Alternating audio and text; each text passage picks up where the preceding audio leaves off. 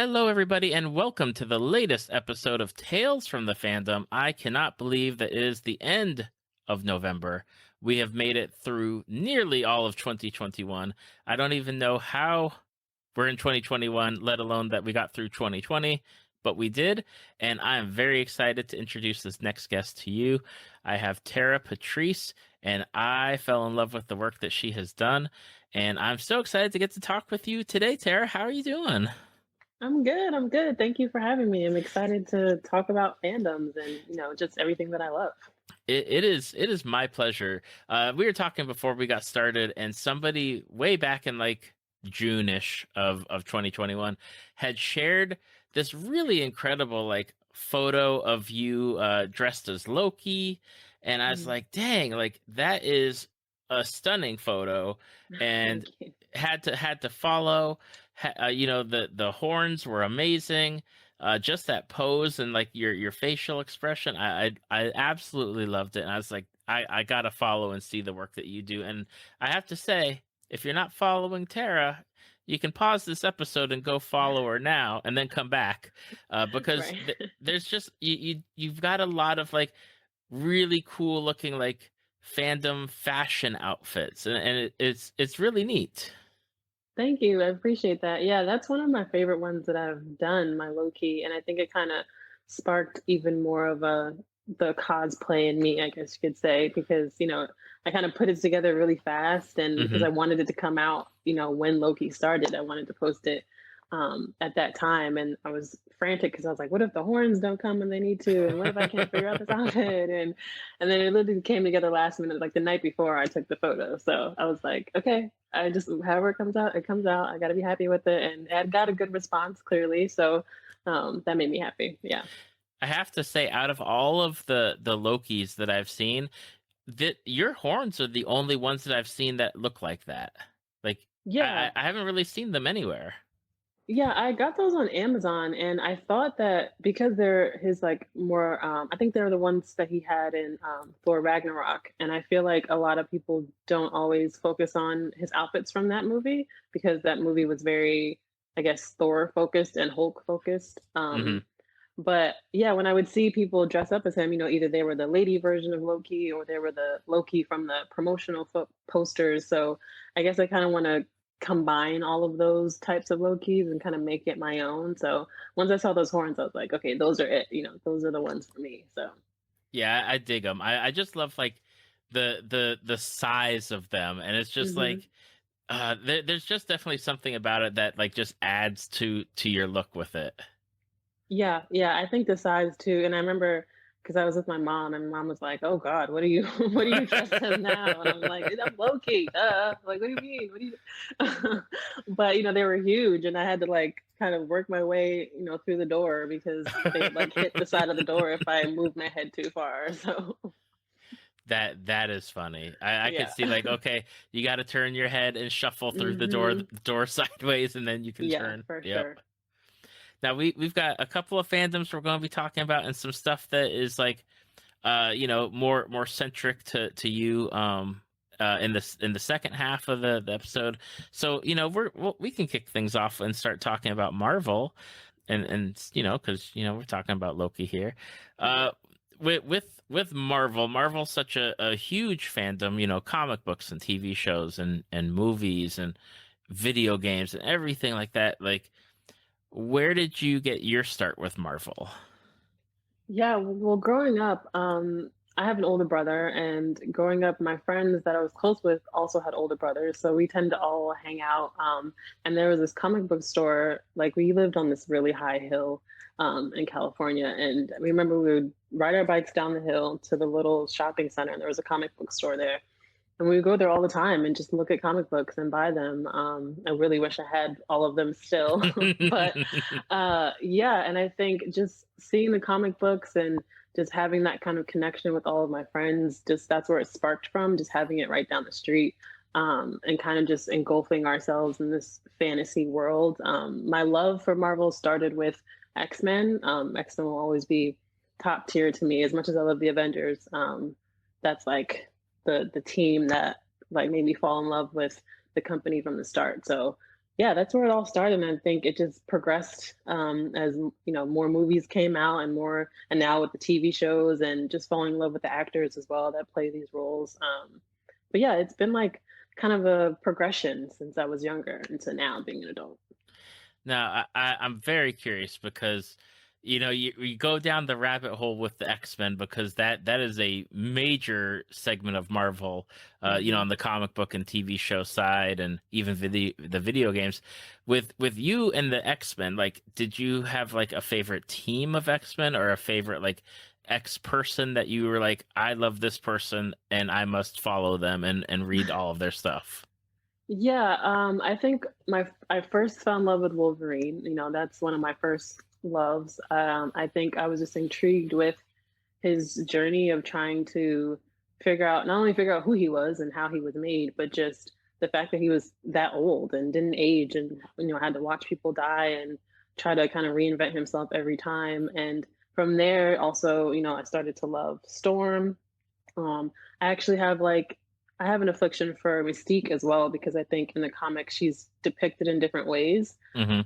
And because she's always trying to I guess be someone else, you kind of try to figure out, okay, well, who really is Mystique? Is she evil? Is she bad? Is she great?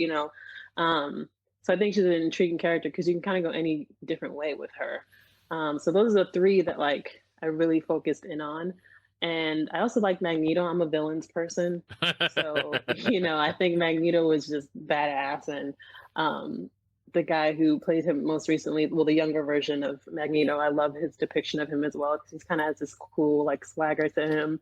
Right. And he's good, but at the same time, it's like, nah, he don't really care. He does what he wants. So, yeah, I think those are like the core. And then I kind of loved different ones like Nightcrawler and, other ones in between. But I think that first group of X-Men, that core adult version of X-Men with Storm and X and Wolverine and Jean and Scott, all of them. Yeah, that's what Okay. I love first. Yeah. That's awesome. I love, because X-Men is so old, number one, and Hmm. then there's so many comics and iterations of the team, and like you got your spin-off teams. Right. It's always wonderful to find out like the favorite characters or like the favorite team, and it informs me so much about like who people gravitate to. It's like Yeah. everyone's Yeah. got their own favorite. For sure.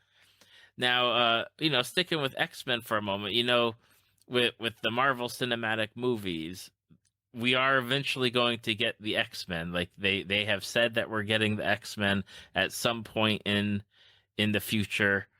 Are Hmm. you looking forward to seeing them on the big screen in the movies? Would you rather see them like in like the Disney Plus TV shows? What would you love to see? Well, I think that Marvel has kind of honed in on the Avengers and their origin stories and the kind of spin-offs and everything. And I feel like they're kind of digging into that right now. So I would love to see them kind of complete that in a sense before getting into X-Men because I feel like the movies that have come out in between this huge, phase two, phase three, whatever you want to call it, of Marvel's universe, they haven't been the best X-Men movies, and I feel like it's because their focus has been on these Avenger movies, and I feel like Logan was such a far off movie in comparison to movies that have come out, but it was so good, and I think that if unless they plan on creating a movie that's as good as that, I don't really want it. I don't really unless there's a really good storyline there, or there's some kind of connection because with Scarlet Witch, she's kind of seen as this multiverse being, and I think that's how they're probably going to connect the X-Men using her or maybe Doctor Strange. Hmm. But I don't want it to feel like forced. I want them to ease into that versus trying to just be like, okay, now time to add the X-Men. I don't want them to be just an addition because the X-Men. If you put the X-Men and the Avengers in a room together, X-Men are winning. Anybody can fight me on that if they want to. But the X-Men are winning. Professor X alone can just tell them all to go to sleep. You know what I mean?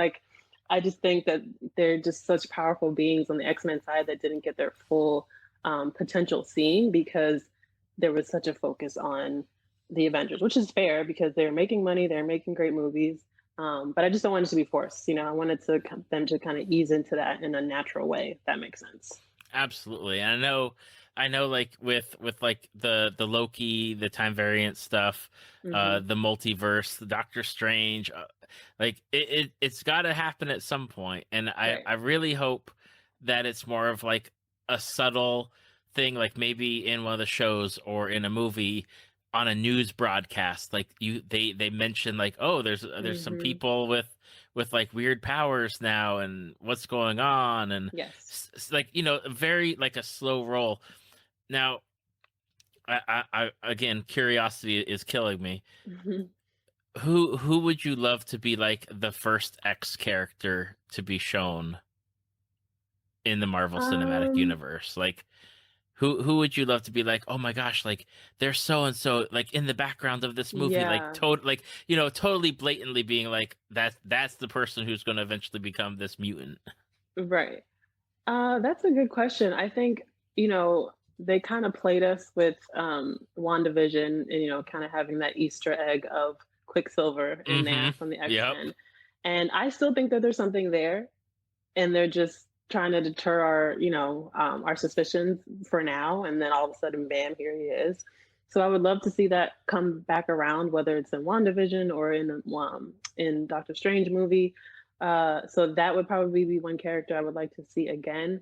But I would also love to see maybe them use the younger versions somehow in the future. Like maybe James McAvoy is in the next Scarlet Witch movie, and he's kind of in the background, like as you said, kind of looking at what's going on because all of a sudden their universes have merged. Because he would be someone that would figure that out, Mm-hmm. because of how powerful his brain is. Or I know in the comic books, I believe Magneto has a connection to Quicksilver. I think he's his father Yeah. in a version of the comic book. So I feel like that could be a possibility too, is bringing Magneto in that way. But again, I just want it to make sense. I don't want to see, I don't know, Nightcrawler with Spider-Man all of a sudden. Like I don't, that I don't think that would like be a good storyline. But you never know. They could make it work because literally you can kind of do whatever you want. I mean, the What If series kind of shows that you can literally do whatever you want because there's just so many different multiverses to work with. But I still think even within that, you want it to flow a certain way. Oh, absolutely. And I love that you mentioned like the What If series. As we're recording this in October, and one like this week is the last episode, and I know. I'm so looking forward to it. I can't. Well, first of all, I just think like all these episodes are too short. I get that they might be trying to like do that combination of for kids and for an adults. They don't want to make it too long, but I could totally have an hour of each of these episodes. Or even 45 minutes. I think, especially the past like three episodes, I feel like could have gone longer, within what they were story that they were telling. But yeah, I can't believe it's the last episode. That's also another thing. These seasons are too short. They could be they. What happened to seasons being like 15 and 20 episodes long? They don't do that anymore. Oh yeah. And I absolutely agree. Like I was telling a friend of mine, I said, you know, it'd be nice if like the What If series gave me like even just 5 more minutes. And then on some of them, I was like, I need a sequel. Yeah, exactly. Like you want to know what happens after that, like with the other characters, especially the one with T'Challa, as Star Lord, and or even just the zombie one. When like they all didn't really make it, but there's still something else that could have happened Hmm. after that. Yeah. Oh yeah. Yeah, I'm very much I'm happy that they already said that there's going to be a season 2 of the What If, but I'm Hmm. sad because Chadwick Boseman, you know, voiced all of T'Challa's stuff for I this know. season, and then next season to not have him be doing like Black Panther or Star Lord Black Panther, it's gonna be sad because I absolutely loved what he was able to do with his characters. Same, and it's kind of eerie, because like he knew, that that was probably going to be one of his last projects, and he wanted to make sure he was involved. Hmm. Um, and I just, I think that maybe they'll figure out a way to make it to where you don't feel like you're missing him, because not every character was voiced by the original actor. So I Yeah. think they're trying to make us realize, like, okay, this is a different universe, so their voice will not be the same. It won't be the same person, even though they sound similar. You can clearly tell it's a different version of them in that Hmm. series. Yeah. Yeah. Now, out of the what we've received from the Marvel Cinematic Universe side of things, do you have a favorite movie or favorite character that you're like, you know what, this is my favorite right here? And you don't if you don't have one, you can tell me like a top three because I know it's hard. Yeah. Well, in terms of the cinematic universe, I think Loki is up there for sure. Black Panther is up there. Shang-Chi is up there. Um, I think there's the character I may not love in a sense when it comes to the actual comics, but I think the actors sometimes like just make you love them even more. Like I was never really invested in Scarlet Witch, but like Elizabeth Olsen is fantastic, and I think WandaVision just made me love her even more. And also, I think Tom Holland is a great Spider-Man, but I also am a big fan of Andrew Garfield. But I think if I had to like pick top three, it would probably be Loki, Black Panther, and hmm, probably Ant-Man. I Okay, think, yeah, yeah, Ant I Man. love me some Paul Rudd. Yeah, I think it's a great character. I Yeah. think I think Ant Man gets sometimes overlooked and Yes, is for very sure. underrated for what they were able to do with the two movies. I'm like that third movie. I'm looking forward to it. I'm Same. ready for Yeah, like the next Ant Man. me too, for sure. And I think, you know, that's also how you kind of connect all these other movies. They're all intertwined somehow. And because he went into that different universe, like going to get her mom, Hope's mom, like that's another kind of way of this multiverse coming together too, is the fact that they can go into this other world when they become small. So you never Hmm. know what they could do with that either. Oh gosh, it's so exciting. It's Yeah.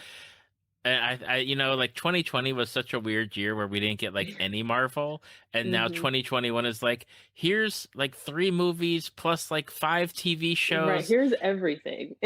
Like, we didn't give you nothing last year. Here's everything.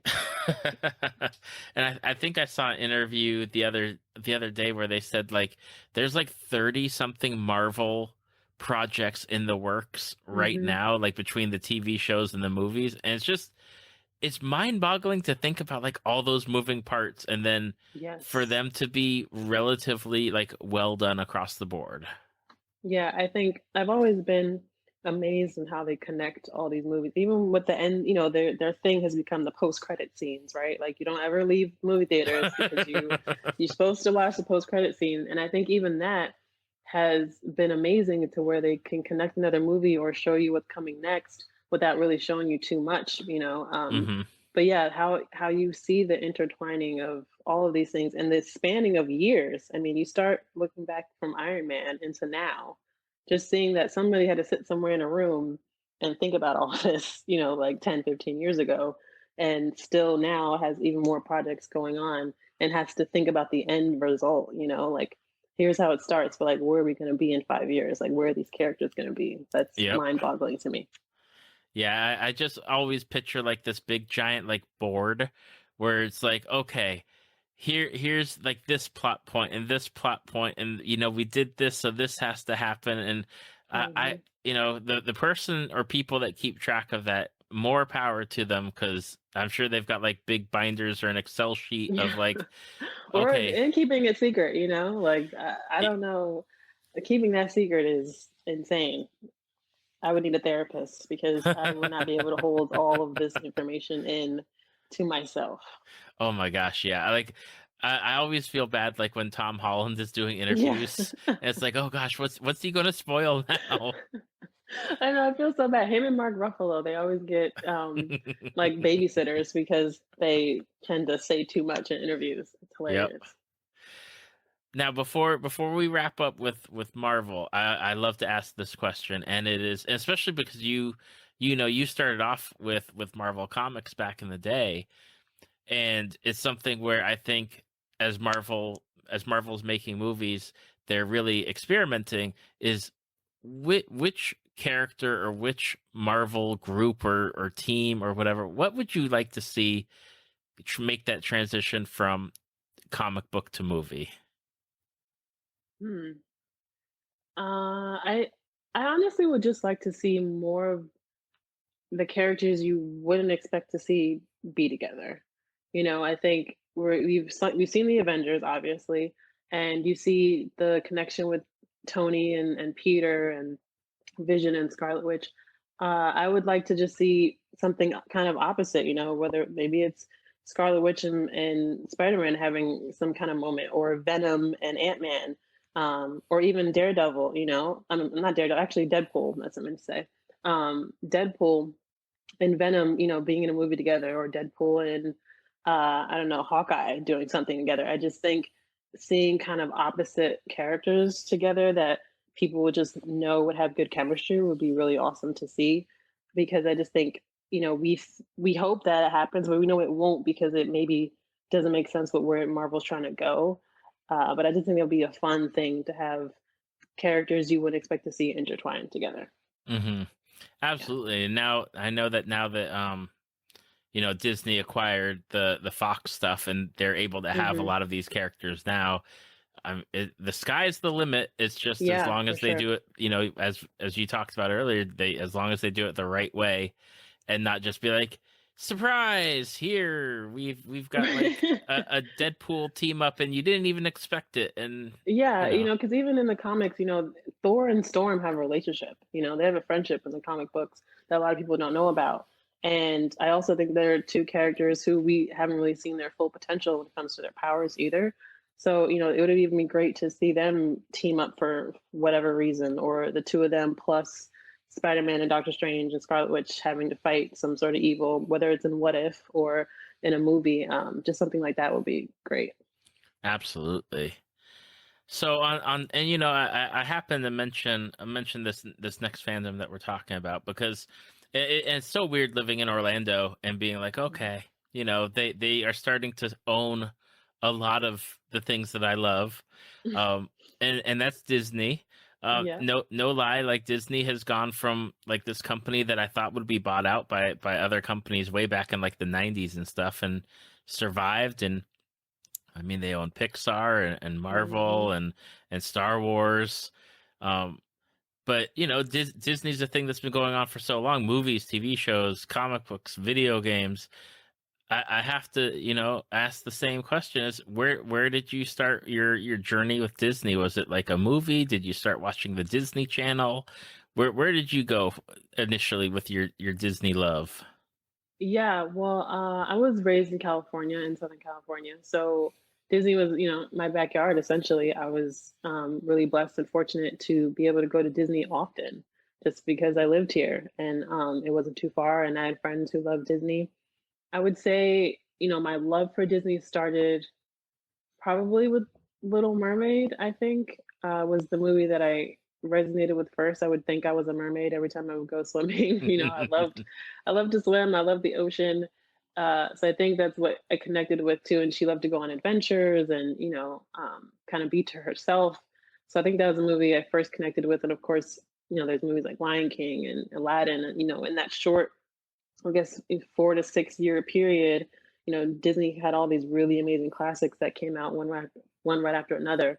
So I just got hooked immediately. And just being kind of a creative, artistic kid, you love to see animation kind of come to life, and being able to see the characters in real life and going to the parks just made my love kind of grow even more. So that's probably where it started. Maybe when I was like 6, I would probably say is the earliest memory of me going to the parks. Oh my goodness, yeah. Yeah. You got started with the Disney Renaissance with all like that Yeah, time period of mhm, movies was just epic. absolutely incredible. And I Yeah, don't know if it's been replicated yet as far as like I think it came close, like with the like Tangled and Frozen mhm. and a few of the others, but that time period, that like late '80s to mid '90s was just perfection. It really was, and it was kind of, crazy to see them just knock out one hit after another, and not just with the movie, but the soundtracks of these movies. I mean, having the composers that they had and the songwriters and the people on the soundtracks. I mean, to this day, I will just randomly listen to, a song from The Beauty and the Beast or Lion King or, Hunchback of Notre Dame. It's kind of amazing, and I agree that it's probably hasn't been replicated, that time period in all of its essence, with the Oscar wins and everything. Hmm. Yeah, for sure. I don't think it's been replicated yet. Yeah, it's one of those things where I look back and I was like a teenager back in like the like 93 as in high school. So is like when I was buying CDs, it wasn't music CDs, it was Disney soundtrack CDs for the most part. Mm, And I was like, mhm. yep, that's the music I like. I'll just listen to it on repeat and learn the songs and sing along and go from Pretty there. much. Yeah, I mean, I remember having the lyric book to Toy Story soundtrack. I would play that on repeat constantly. That was one of my favorite movies. And or even Little Mermaid. Just that's all I listen to all the time. I know my parents got annoyed for sure, but I was yeah, I was that kid that I of course I listened to other music, but I would rather just listen to the soundtracks of Disney movies for sure. Now, I'm going to ask you a tough question, and Mm, if you don't have one, it's okay. You can do like okay, another top three yeah, favorite Disney movies, and if you want to include Pixar, because I understand like Disney Pixar is like almost synonymous, so yeah. it's cool. I definitely couldn't pick one. I mean, I know for sure I would watch Lion King over and over and over again, nonstop. And Mulan is up there, Aladdin is up there, Toy Story is definitely up there. I think those are the four that I know for sure I would just turn on and watch. I think some of the other movies I might watch, here and there, but like Mulan is, oh my God, definitely a top for me. Princess and the Frog also as well. But I think the older movies, definitely from the 90s, are my favorite. Also, the Brandy's version of Cinderella, I would probably put at the top. Like, I know every single line, every single lyric of that movie. That is one of my favorites. That is awesome. I love that you mentioned that because I feel, and I know I see it trending on Twitter or like a lot on Instagram, but I feel like in the general conversation that movie gets really left out, and I Mhm. don't think it should because it really was a wonderful version of Cinderella, and I've heard people even say that it is the best version of Yeah. Cinderella. I agree, and I think like it was ahead of its time, just with the diverse cast, the songwriting, the costuming. You first of all you have a black female lead, and then she has braids. She Hmm. didn't just look like the typical princess. And then you have Bernadette Peters, and you have all these other people who just you didn't think would be in a musical together, and yet here they are, and it just was amazing. And I think obviously it was a TV movie, but I definitely wish it would have came out in theaters. I don't think live action remakes were kind of a thing, so that's probably Hmm. why. But yeah, it definitely deserves its flowers, and I'm glad that it's on Disney Plus now for everybody to watch for sure. I mean, Whitney Houston is phenomenal. See, and I'm glad you mentioned it because I don't even think I've had anyone talk about it. I know that there's a former guest that I have talked with a few times, and she's actually finishing up construction on the Cinderella dress now for like the end of the year. And it's Wow. like, oh gosh, I'm so excited for her to like finish it and get like the good cosplay photos and everything. But it definitely needs to be out in the conversation more. Yeah, I mean that's a goal of mine in terms of cosplay is to do a dress like Brandy's and also dress like Whitney Houston as a godmother, Hmm. because that's, I mean, to this day they're two of my favorite costumes that I've seen in a movie. Now, I wanted to bring up a character that you had in the form that you'd sent back to me about like underrated characters and stuff. Mhm. There's a character that caught my eye, and I'm not going to lie because I think this movie again is a very underrated movie, and more people need to watch it. And you're like you love Max from a Goofy movie. Yes, I adore Max. I adore a Goofy movie. That I'm mad I didn't say that because that's also a top one for me as well. But again, there's just so many. But yeah, that's Right. that's also a movie I will just turn on just to like make me happy, because again, another soundtrack that's great. Just really great characters. But yeah, I feel like Max. I've seen him more in the parks recently, which is great. But I do think that not enough people pay attention to him because it's really just been about Goofy, which is Hmm. fair. He's part of the original six, and that's like a main character for Disney. But I think his son, especially when you kind of think about a new generation of characters or the younger generation, he should be pushed out more. He's kind of just the angst teenager who's trying to just make it in the world. He's a skateboarder and, figuring out his way. And I love him. And I think I would love to just see more of him, not only in the parks, but maybe just, I don't know, in whatever kind of merchandise they come up with. You always see Goofy, but there's never really a Max merchandise piece. Right? Yeah. And with Disney Plus, like they have such an opportunity to go back to some of their like older properties like Goof Troop, Yeah, that exactly. was 2 seasons of a show.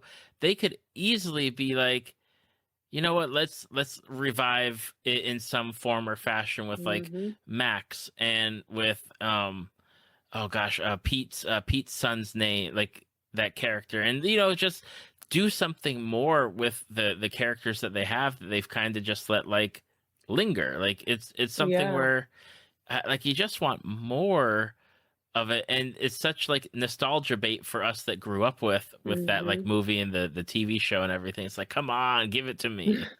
Yeah, and I also think that it's kind of weird to see certain characters in the parks and young kids not know who those characters are, Like Clarabelle, the cow, people who's gonna know who she is? You know what I mean? Like Right? I would barely know who she is, but I know that because I used to always watch like some of the classic cartoons and animations. Or even Chip and Dale, like there's not a new Chip and Dale show. It was from early 2000s and in the 90s. So seeing them in the park, yeah, they're cute, but like, what kid has watched it? Before Disney Plus was around, how did they know Chip and Dale existed? So I think there's definitely a void there that they can fill by just giving it a try and coming out with new seasons of the older shows. Absolutely. And it's something because I know my 3 kids when they're streaming and when they're watching stuff, they're not watching like the classics that you and I grew up on, like the Hmm. classic cartoons and the classic movies. Like even when we showed them, I think it's like the Three Musketeers that has Mickey, Donald, and Goofy, and like Oh, Clarabelle's in okay. in that and Hmm. everything.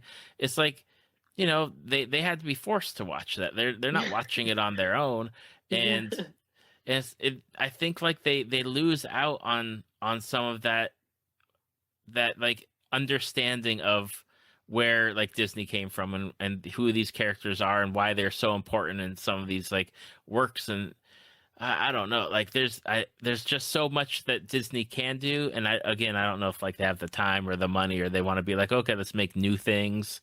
But I wish they wouldn't forget about like the stuff that like us age people were Yeah, into. yeah, I agree. One thing, like I have a nephew who's 10 now, but growing up, we would always show him older things. And thinking about it, another favorite movie of mine is The Mighty Ducks. And, Oh yeah. I used to play street hockey with my brother and his friends because of that movie. Like that was where my love of like rollerblading started watching that movie. And, even classics like that, I was surprised with the newer version because I actually loved it. I think the kids that they got for that new show was great. And I Yes. love seeing Bombay in there and some of the older characters kind of popping up because you still connect it to the beginning. Yep. But that was a good way to reintroduce something that's still old. And I think they need to do more of that versus just having a lot of new stuff. Sometimes you don't need a reenactment of something that came out, or you don't need a brand new idea. You just need to kind of refresh something that was good to begin with. Maybe it just wasn't for the time that it came out in. Sometimes, things come out in the 90s and they're not great, but then they come out in 2015 and everybody loves it. And I've watched a Nickelodeon documentary recently, and it's so funny because one of the kind of, I guess, creators of Nickelodeon was saying how, we started Nickelodeon to bring something for kids. And once we started making a lot of money and like becoming billionaires and stuff like that, people started to defer from why we started it in the beginning. They started to focus on the money versus why we started the company to begin with. And I just think that sometimes Disney does that. Hmm. They focus on the money, or they focus on, well, we want to be something new. We want to, we don't want to be like this company. We don't want to be like that company. Instead of just honing in on what's already great and what already works for them. Because like you put all the old classics on Disney Plus for a reason. So why not just come up with a new season and see how it goes? And I saw that story because I replied to him. We talked about it for a little bit Yeah. on Instagram because I had watched that, and I remember when Nickelodeon launched, and I remember watching a lot of those shows. So like I was getting emotional watching that documentary and connecting Hmm. with the shows that I grew up on. And it was like absolutely the thing when they were talking about how, Nickelodeon, they were taking risks. They were like, okay, Yeah. you know what, this might not work, but let's try it. Or hey, let's check out some different animators works, and you know what, this might not work, but I really like the cat and dog from like Ren and Stimpy or Doug, and the stuff that they did, gosh, like they just really went for it. They're like, you know what, Hmm. and I Yeah. know that there's like that whole mention of, we talk to kids on the like, not just like they were kids, but we related to them and we talked to them that they could understand what we're talking about. And oh my gosh, like that, and what you mentioned, especially about, once they were established and all the toys and all the marketing and stuff, and losing sight of where they had originally started from. Absolutely 100%. I feel like it happens on a cycle with Disney where they're like, you know what? We forgot what we were doing. Let's try to go back and do some throwback stuff, and then whatever, they keep moving forward and changing, and it it's got to Yeah. And be there's done. But at the nothing. same time, like I want some love. Like give me some love. Right. Yeah, there's nothing wrong with, wanting to do new things. I mean, it's a lot of the new stuff they've done have been beautiful, whether it be something in the parks or merchandise or a movie. But again, these are things that have been around for years and years and years. They're not a 10-year-old company or a 5-year-old company. So I just feel like sometimes going back and just doing a refresh of something not only connects with the people who have been around since the beginning, but also your new, viewers and the younger generation who's trying to figure out what they do love about Disney, what they don't love. And you have a lot of people who are new lovers of Disney simply because of Marvel, or they're new lovers of Disney just because of Star Wars. So I think they could find ways to kind of merge all of those things by just going back and refreshing something versus like, here's a new movie, here's a new series. And we're all just like, okay, but what is this about? Like, why do we need this? I feel like there's been a few, shows that I'm just like, I don't know if anybody did a survey about this, but I Right. don't think we need this right now. Like, who's in the room? I think what I loved about Nickelodeon is that they would go to high schools and elementary schools and talk to the kids and ask them what they like to see, what they like to watch, and get a connection that way. And I feel like sometimes Disney could benefit from that thinking of just who's in the room, who's watching this, why are they watching it, and see if that works versus just being like, well, we could try this, and then it flops. Exactly. And listen up, Disney. If you're listening, I'm waiting for my Oh my Gargoyles God, TV gargoyles. series, and I need like I don't know if I need a live action or like just a dark and gritty like Atlantis TV show or Oh, something. I Atlantis does not get enough credit. Atlantis deserves a live action remake. And I also, I think Gargoyles would be a really, especially with the technology today, that would be an awesome live action, like a James Cameron type of vibe. Just to, I don't know, I think bringing that to life would be awesome to see. Absolutely, I would love it. Final question for Disney is what are you looking forward to the most from it? Either TV show or movie or something that's coming out. What is the thing that you're looking forward to next from Disney?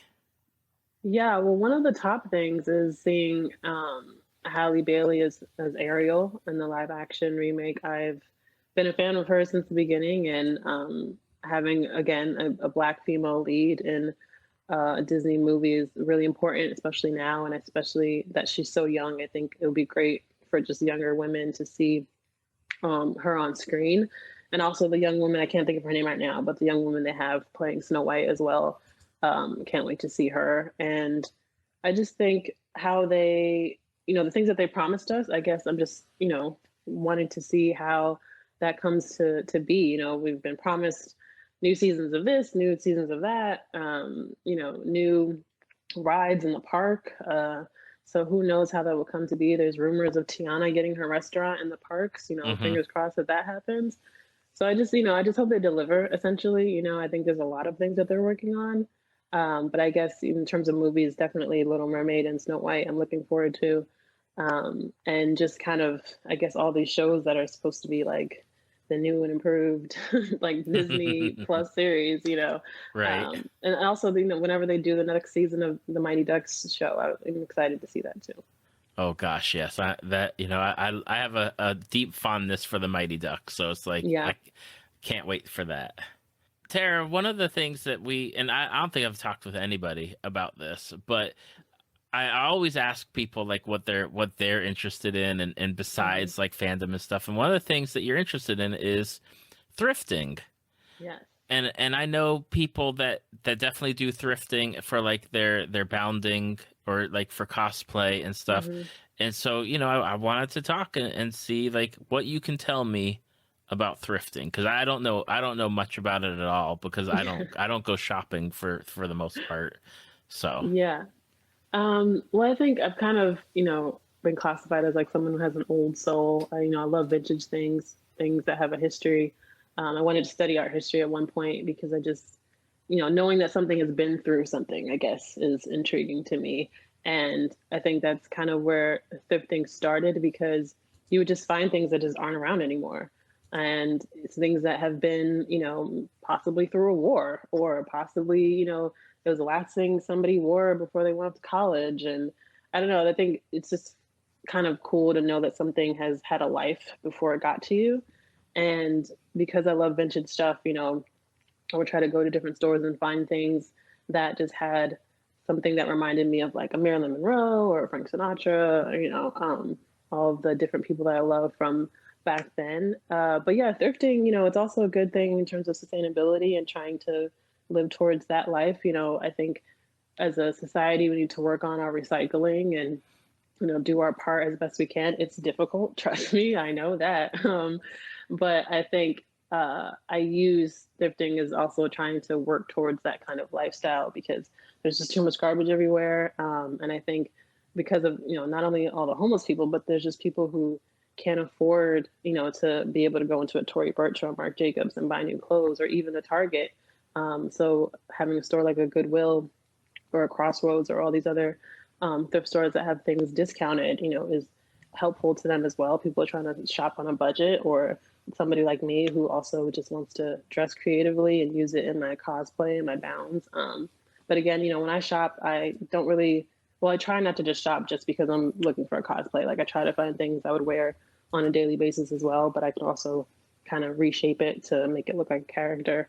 hmm. But of course, sometimes it doesn't work out because the character is like outlandish, and it's not a normal piece. But I try to do that as much as I can. So yeah, I think I just love the idea of just like looking through things. It definitely takes time, unless you're looking for just like one thing, it could be an easy day. But other times you might have to go to a few stores or start early so that you can find what you need. Yeah. What would your best advice be for somebody that, they're listening to this and they're like, I've never thrifted before. Like, what Hmm. what would your advice be to them, like to get started, or like how to find the things that they're looking for? Yeah. A lot of my friends tend to come with me for advice, and it kind of varies, based off of what you're looking for.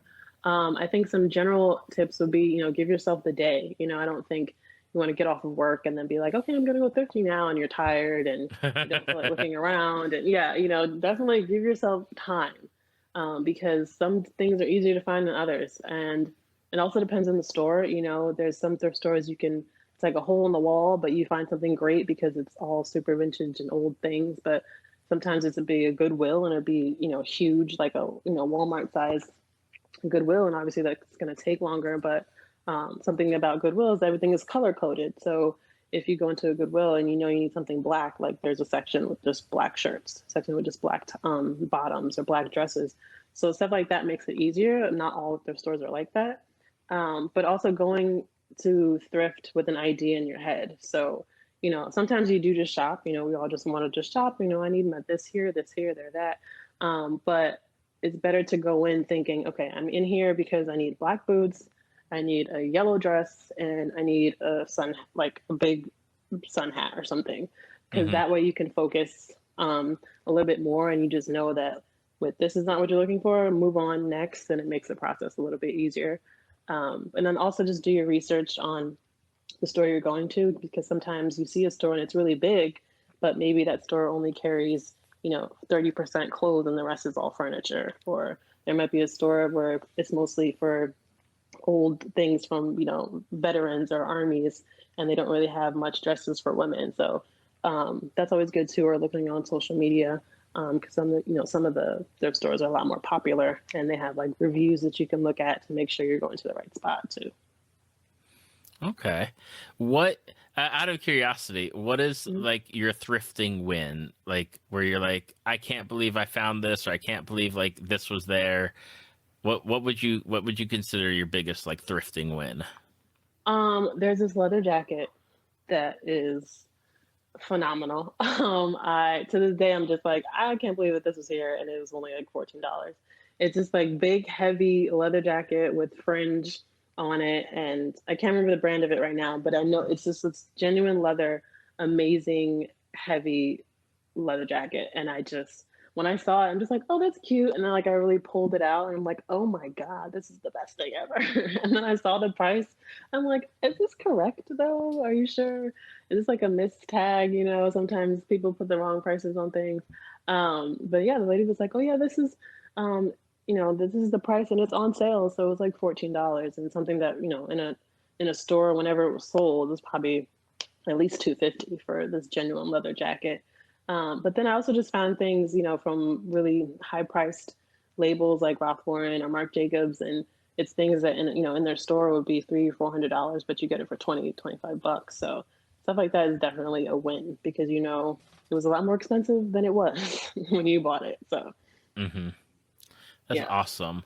And it's definitely something that I know that I've been seeing a lot more people do recently Hmm. is go into like thrift stores and find find pieces for their characters. And I think that's the other thing about like with people that do cosplay or Disney bounding is making the character their own with what they have or what they can find, like without having to like create or make or buy something brand new. And I really love like the stuff that people are coming up with. Yeah, it's definitely a way to be a lot more creative and, like you said, like work with what you have. And it's also awesome because when something is like super cheap, you're more willing to also like maybe cut it up, you know what I mean? And like sew something on it, versus buying something new, maybe from Zara or something that's $35. Like you don't want to mess that up because it maybe be something that you wear to work or wherever. But if you get a $5 top from Goodwill, and you maybe add some like beads or some lettering or something to make it look like a character, you're more willing to do that, and you're also saving money. But yeah, I loved seeing what people come up with. There's a few people I follow them just like, oh my God, I would have never thought of that, and that's kind of how I kind of get some of my ideas as well and get my inspiration, kind of see what other people are doing and make it work for myself. Absolutely. Now, before we talk about like your costuming and your fandom fashion, one of the things that you mentioned is that you are a artist and a photographer. Yes. What came first, the artistry or the photography, or did they both come at the same time? Definitely the artistry. I was that kid that kind of went outside and just started drawing random things. I was always kind of to myself, and that was a way to express whatever was going on. I remember growing up, I would kind of like be in my front yard and just like laying on the grass and start drawing something. So it was definitely drawing that came first. I always liked taking pictures, but I don't think I thought about it in terms of actually becoming a freelance photographer maybe until about college. Hmm. Is when I started experimenting with that and realizing that how much I loved it and how much I wanted to pursue it. Still ways to go, but it's definitely something I love to do and want to learn more about. Now, as far like with your artistry slash photography, like is there something like you specialize in, like with your art versus photography, or do you kind of just do like everything? Yeah, I try not to do everything because I spread myself too thin. But my focus is painting. I love painting, and that's what I want to pursue, and try to push forward. I do like freelance graphic design and logos every now and again. That kind of helps pay the bills. But my love is painting, and with photography, I am more of someone who wants to get into like dance photography and movement and sports, that kind of thing. But I've recently done more like events, parties, headshots, that kind of thing. But my love is more of like movement photography and doing things outside and kind of, I guess, more of like that sports world is where I want to get into. Okay. And as far as your painting goes, do you have like a certain style or like person that you kind of like follow, like their like artistic like are their artistic style, or do you have like your own style, like and what do you create? Yeah, I think I'm definitely have more of my own style. I feel like I'm a combination of like a portrait artist, but also have some surrealism in there. I look at things like Dali and Van Gogh and Monet, and those are some of like the bigger names that kind of resonate with me. But I think recently I've been more drawing like portraits and faces. I've kind of honed in on that. I've recently done a lot more things that had to do with my fandoms. Like I did a Black Panther painting and did a Tiana inspired painting, Ariel. So that's been in my brain, I guess, probably because of all of the new movies and stuff coming out. That's been my inspiration. But I kind of, it's whatever's going on. I recently did a series that was based around like space and the earth and all those things. So it kind of depends on what I'm inspired by, but I mainly just paint on canvas, whatever kind of comes to me, and I use acrylic paint. But yeah, I think I'm just more of like a kind of a, I guess, pop surrealist portrait mixture. Yeah, modern art. Yeah. Okay, that's awesome. I always admire people that like can put stuff onto like paper or onto canvas and like get that Hmm. stuff that's in their head out. And I always Yeah. joke, I'm like I can maybe do a stick figure, and that's the best you're going to get from me. Yeah, I mean, sometimes I start something, I'm like, this is never going to come out the way I want it to, and but I think I love about painting is that you can kind of just go over it and do something else and try again, you know what I mean? Until it comes out the way you want. Yeah. So on top of being, a multi-talented, photographer and artist, and into your different fandoms and everything, like you do cosplay slash, I think you list on your Instagram as like fashion fandom or fandom fashion, because you you Hmm. do you do like the boundings, and you do different styles for characters. And how did you first start doing either the cosplay or doing like characters with like the bounding style or the fashion? Like, where did you get your start in wanting to do that? Yeah, I think I've always loved, wearing stuff like with Mickey on it or, Marvel t-shirts. And I'm very big into graphic t-shirts and that kind of thing. But I think in terms of putting it on Instagram and kind of out in the world, I indirectly did a bound. Like I painted a mermaid painting and I wanted to kind of be in something that represented that painting. So I had a blanket that my friend gave me that's a mermaid tail. So I was like, "Oh, I can wear the mermaid tail and like show the painting." And then when I did it, I saw the reaction and I didn't realize that people did that. Like I knew that people dressed up as characters, but I didn't really think that it was that big of a thing on Instagram, at least, because I was such in a I mainly had a space of either people I followed or the people that I knew, or it was like travel pictures or some more of like artistic things. I wasn't really following that many people that were in the Disney community. So, that kind of sparked people finding out about me and that helped me find out about them. And then I found Black Girl Disney and like all of the women within the space of Disney of color that kind of do this on a regular. And I was like, oh, okay, this is a thing. Like the people do this like on a regular, and people that look like me do it on a regular. And I kind of found my people. I found my tribe that way. And there were other pictures that I didn't even realize I was kind of doing bounds in, and that kind of made me see like, okay, like this is what I love to do. I kind of do this already, but didn't realize there was that big of a space for it. And then I think from the bounding, I noticed that I started to do more things that looked like exactly like the character. And then that kind of built on my cosplay. Once I saw that, like, okay, this is like almost exactly how this character looks, like I could probably do a full cosplay. And that kind of expanded my horizons. So yeah, I feel like during COVID was when I really honed in on everything and found other people who just love doing it as much as I did.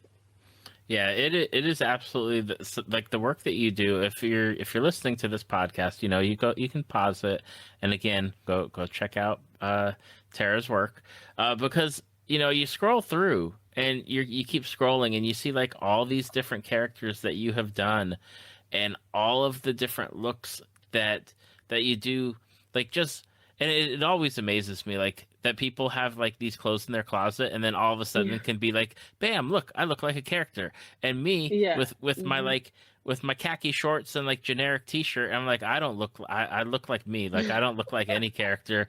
I mean, I guess I could try harder and be cool. You'd be surprised what you have. You'd be surprised. I mean, one of my friends, I remember she commented on my picture, just like she was like, "Why do you have things that look just like these characters?" And I'm like, I have no idea. Oh, excuse me, hold on. But yeah, you'd be surprised what you have in your closet. I remember a friend of mine commented on my photo and was like, "How do you have all of these things that look just like these characters?" And I'm like, I have no idea. Honestly, I didn't think I did until I started pulling things out and putting things together and realizing like, hey, this looks just like Moana. This looks, just like a character from Tarzan. You know what I mean? And you'd be surprised. Yeah. Now, with all the stuff that you've done, all the characters that you've put out there into the world, do you have any favorites where you're like, you know what, this just turned out really good, or even like exceeded your expectations? Yeah, I did Yes from Wreck-It Ralph. That came out a lot better than I thought because that was kind of another unintentional kind of photo because I had a different idea in my head, but then when I looked at my outfit, I'm like, I look like Yes. Like I don't look like what I originally planned out. That's one of my favorites. My Moana is one of my favorites because I actually like used a scarf for my top, and that was like another one that was kind of a little more creative for me. What else? I feel like there's so many, but I think in terms of bounds, those are probably two of my favorite, and also my bell. I did a bell. I did a couple of bell bounds, and I love all of those as well. Okay, I'm scrolling up and down as we're talking, just because Yeah. I love to like hit them as you're talking, and be like, I see it, like it's so cool, like your yes, that was like really stunning work. Yeah. Um, Now, do you prefer like the bounds, or do you prefer like are you more like getting into like the cosplay side of things, or hmm is it like that you love them both equally? Yeah, I do love them both. I think because I want to get more into the costuming side of like film and everything, I do want to do more cosplay. Obviously, it's more time consuming, so that makes it a little difficult because you have to think about every little detail, from the hair and the gloves, and there's a lot more pieces involved than bounding. So I think bounding is easier, Yeah. but I do I do love cosplay more, and I'm finding my love of it more because I mainly think it just reminds me of the movies more. You know what I mean? It reminds me of what I love and the characters that I love, and kind of seeing myself transform into something else is fun as well because I'll take a picture and I'll be like, oh my god, like this came out way better than I thought it would, or I was like, oh, this is really good. Like I should try this character next. It kind of inspires my next idea. So yeah, I'm definitely leaning more towards cosplay, but sometimes, the energy isn't there. So, the bound is the backup. But yeah, definitely want to do more dressing up, I should say. I got some curiosity questions, and the hmm first one is do you like are you self shooting your like, especially like your bounding outfits, like are you self shooting those, or do you have somebody shooting them for you, just out of curiosity? Yeah, like 90% of my photos, that's me doing it myself. That's Yeah. awesome, like because you And can't tell. yeah, and I remember I did a live, I believe it was with Erica from Erica's Endless Magic, and she was asking me like, "How do you film like your reels and your photos?" I was like, "I use a mirror. Like I set up my camera or I set up my phone and I'm using a mirror to make sure I don't look crazy and I'm in the shot. And like luckily the camera that I have, I can connect it to my phone, so that makes it a little bit easier. But yeah, 90% of the things that I do is it's myself, and sometimes it's because I just, the person that I need help, is just not available, or it's just easier to just to get it done because let me just get it done now. Hmm. I would prefer, it'd be great to have someone on hand all the time to just take photos of me. But here I am, I'm using my skills, so can't complain about Exactly. that. And Yeah. it's really awesome work, like, because you absolutely cannot tell.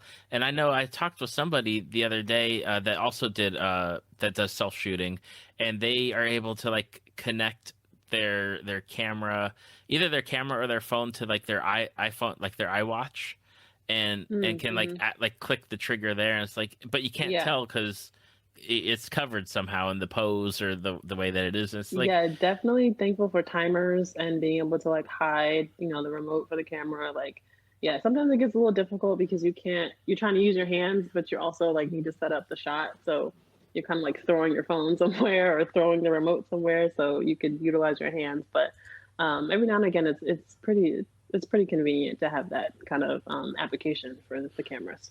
absolutely. It's wonderful, like the advancements that's like that technology has made to allow for people to just be like, bam, like look at this professional photography that you can do by yourself. Yeah, it's kind of amazing what you can do nowadays for sure. Last question before we wrap up is Mhm. is there a character or characters that are on your list, either with cosplay or with like your bounding style that you do? Are there some characters that you're like, dang, like I want to get these done, like these are my goal characters?